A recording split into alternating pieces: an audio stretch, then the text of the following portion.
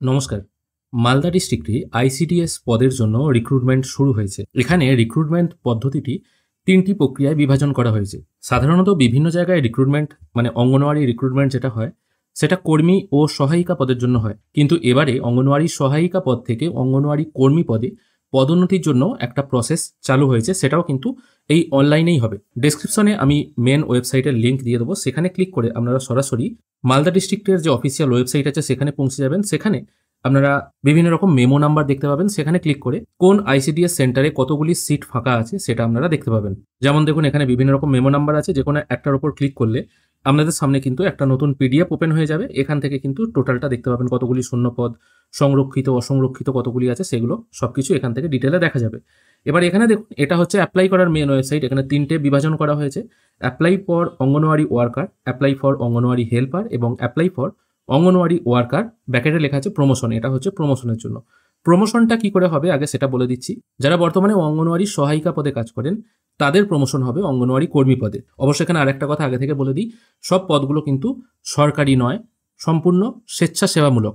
সহায়িকা থেকে কর্মী পদে পদোন্নতির জন্য মিনিমাম 5 বছরের অভিজ্ঞতা আপনার থাকতে হবে, মানে ওই পদে আপনি কাজ করেছেন 5 বছর, এই যোগ্যতাটা আপনাকে দেখাতে হবে। প্রমোশনের জন্য মিনিমাম আপনাকে মাধ্যমিক পাস হতে হবে। আর যেহেতু এখানে 65 বছর বয়সের রিটায়ারমেন্ট, তাই আপনার বয়স যদি এখন যাই হোক না কেন, আপনি যদি 5 বছর কাজ করে থাকেন সহায়িকা পদে, তাহলে কিন্তু আপনি কর্মী হিসাবে অ্যাপ্লাই করতে পারবেন। প্রমোশনের জন্য আপনার একটি পরীক্ষা হবে, লিখিত পরীক্ষা হবে, যেখানে পাটিগণিত থাকবে ক্লাস 10 লেভেলের 10 নম্বর, পুষ্টি, জনস্বাস্থ্য ও নারীর সামাজিক অবস্থান বিষয়ক প্রশ্ন থাকবে 10 নম্বর, ক্লাস 10 লেভেলের ইংরাজি ভাষা থাকবে 10 নম্বর, সাধারণ জ্ঞান থাকবে 5 নম্বর। সব প্রশ্ন বাংলাতেই হবে, শুধুমাত্র ইংরাজিটা ইংলিশ ল্যাঙ্গুয়েজে হবে। যারা অঙ্গনওয়াড়ি ওয়ার্কার ও হেল্পার পদে অ্যাপ্লাই করবেন তাদের কথা এবার চলে আসছি। তাদের বয়স হতে হবে 18 থেকে 35-এর মধ্যে, মানে 1/1/24 তারিখে 18 হতে হবে এবং 1/1/24 তারিখের মধ্যে তাকে মিনিমাম 18 ম্যাক্সিমাম 35 হতে হবে। অর্থাৎ প্রার্থীর জন্ম তারিখ হতে হবে 2/1/1989 সালে বা তারপরে এবং 1/1/2006 আগে। ন্যূনতম শিক্ষাগত যোগ্যতা অঙ্গনওয়াড়ি কর্মী পদে অ্যাপ্লাই করার জন্য হতে হবে উচ্চ মাধ্যমিক পাস। যেখানে সে অ্যাপ্লাই করবে সেখানকার স্থায়ী বাসিন্দা হতে হবে, সেই জন্য voter card must. Voter card না থাকলে এমএলএ, এমপি বা পঞ্চায়েত প্রধানের একটা লোকাল রেসিডেন্সিয়াল সার্টিফিকেট লাগবে। পরীক্ষা বলে দিচ্ছি কত নম্বরের। পরীক্ষা হবে 90 নম্বরের, 2 ঘন্টার পরীক্ষা হবে। ভাইভা হবে 10 নম্বরের। পরীক্ষা ক্যাটাগরি এখানে ভাগ করা হয়েছে। ক্লাস 8 লেভেলের 15 নম্বরের একটি 150 শব্দের বাংলায় রচনা লিখতে হবে। পাটিগণিত থাকবে ক্লাস 8 লেভেলের 20 নম্বর। পুষ্টি, জনস্বাস্থ্য ও নারীর সামাজিক অবস্থান বিষয়ক প্রশ্ন থাকবে 15 নম্বর। ইংরেজি থাকবে ক্লাস 8, 9, 10 লেভেলের 20 নম্বরের। আর সাধারণ জ্ঞান থাকবে 20 নম্বর। সব প্রশ্ন বাংলাতেই লিখতে হবে একই রকম, আর ইংরাজিটা তো ইংরাজিতে লিখতেই হবে। আর অবসরের বয়স এখানে বলে দিই 65 বছর। এবার আমি সোজাসুজি অ্যাপ্লাই প্রসেসে চলে আসছি। অ্যাপ্লাই করার আগে ফটো সিগনেচার আপলোডের ব্যাপারটা বলে দিই। ফটো হতে হবে 25 থেকে 50 কেবির মধ্যে, 180x230 পিক্সেল। সাদা ব্যাকগ্রাউন্ডের ফটো আপলোড করতে হবে। কোনো রকম ব্লারি ফটো, ওভার বা আন্ডার এক্সপোজ ফটো আপলোড এখানে করা যাবে না। সিগনেচার হতে হবে 10 থেকে 20 কেবির মধ্যে, 140 পিক্সেল ইন্টু 60 পিক্সেল। সিগনেচারের স্যাম্পেলও এখানে দেওয়া আছে, একটু দেখে নিন। অ্যাপ্লাই করার জন্য যে কোনো একটির উপর আপনি ক্লিক করবেন। আমি অঙ্গনওয়াড়ি ওয়ার্কার এটার উপরই ক্লিক করছি। তার আগে বলে দিই, ফর্ম ফিল আপ শুরু হয়েছে 1/3/2024 দুপুর 2টো থেকে এবং লাস্ট ডেট হলো 31/3/2024। এখানে অ্যাপ্লাই করার আগে এই ওয়েবসাইটে আগে রেজিস্ট্রেশন করতে হবে, সেই জন্য আপনার নাম ও ফোন নাম্বারটি এখানে পুট করে রেজিস্টার নাও বাটনে ক্লিক করবেন। এরপর আপনার ফোনে একটি পাসওয়ার্ড চলে আসবে, সেটি নির্দিষ্ট করে পুট করে সাবমিট করবেন। দেখুন এখানে বলা হয়েছে আপনার মোবাইলে পাওয়া পাসওয়ার্ডটি যত্ন করে রাখবেন, কারণ ওইটা ভবিষ্যতে আপনার কাজে লাগবে অ্যাডমিট ডাউনলোড করার সময়। এখানে পাসওয়ার্ডটি পুট করে সাবমিট করে দিলেই আপনি রেজিস্টার হয়ে যাবেন। তারপর আপনার সামনে এরকম একটি ড্যাশবোর্ড ওপেন হবে। এখান থেকে আপনাকে চুজ করতে হবে আপনি কি পদের জন্য অ্যাপ্লাই করতে চান।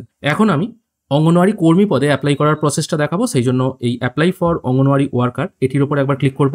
তারপর এখান থেকে প্রজেক্ট নেম সিলেক্ট করতে হবে। আপনি যে অঞ্চলের বাসিন্দা সেই অঞ্চলের প্রজেক্ট এখান থেকে চুজ করবেন। তারপর আপনার ক্যাটাগরি এখান থেকে চুজ করবেন, তারপর সাবমিট করবেন।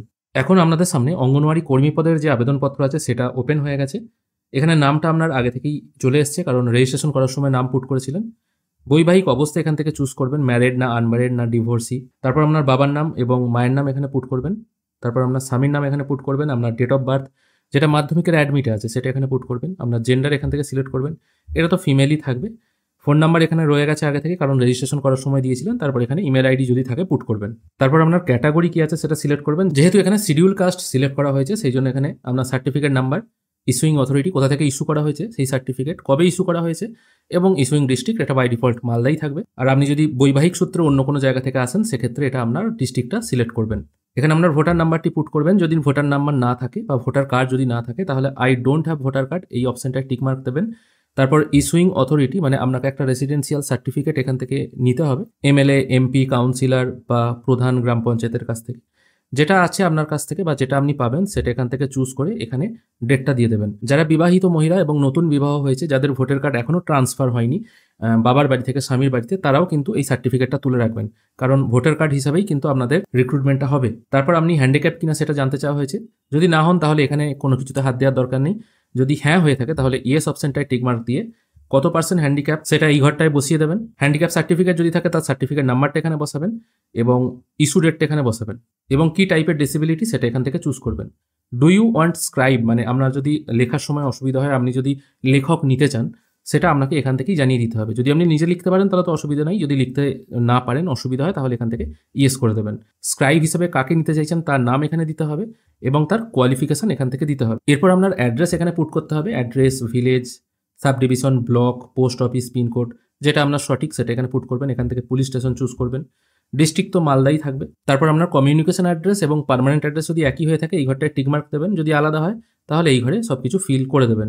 তারপর উচ্চ মাধ্যমিক আপনি কত সালে পাস করেছেন সেখানে পাসিং ইয়ারটা এখান থেকে ফিল করবেন। কোন বোর্ড থেকে পাস করেছেন সেটা এখানে দেবেন, এটা বাই ডিফল্ট ওয়েস্ট বেঙ্গলই থাকবে। অন্য কোনো জায়গা থেকে আপনি যদি আসেন তাহলে সেটা আপনার মতো চুজ করবেন।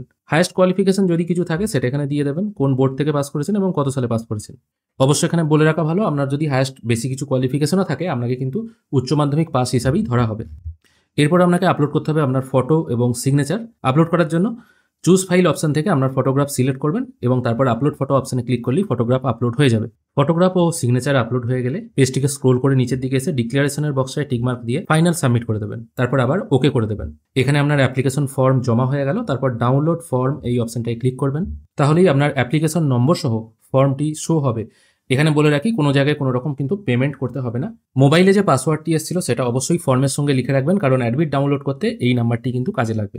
এইভাবেই আপনারা মালদা ডিস্ট্রিক্টে অঙ্গনওয়াড়ি ওয়ার্কার ও হেল্পার পদে অ্যাপ্লাই করতে পারবেন। প্রমোশনের জন্য কি করে অ্যাপ্লাই করতে হয় সেটি যদি আপনাদের প্রয়োজন হয় ভিডিও বানানোর জন্য তাহলে আপনারা কমেন্টে লিখে দেবেন, তাহলে কিন্তু সেই রিলেটেড ভিডিও আমি বানিয়ে দেবো। আজকের ভিডিওটি আশা করি আপনাদের ভালো লেগেছে। যদি ভিডিও ভালো লেগে থাকে অবশ্যই একটি লাইক করবেন, আর ভিডিও দেখার জন্য অসংখ্য ধন্যবাদ। ভালো থাকবেন।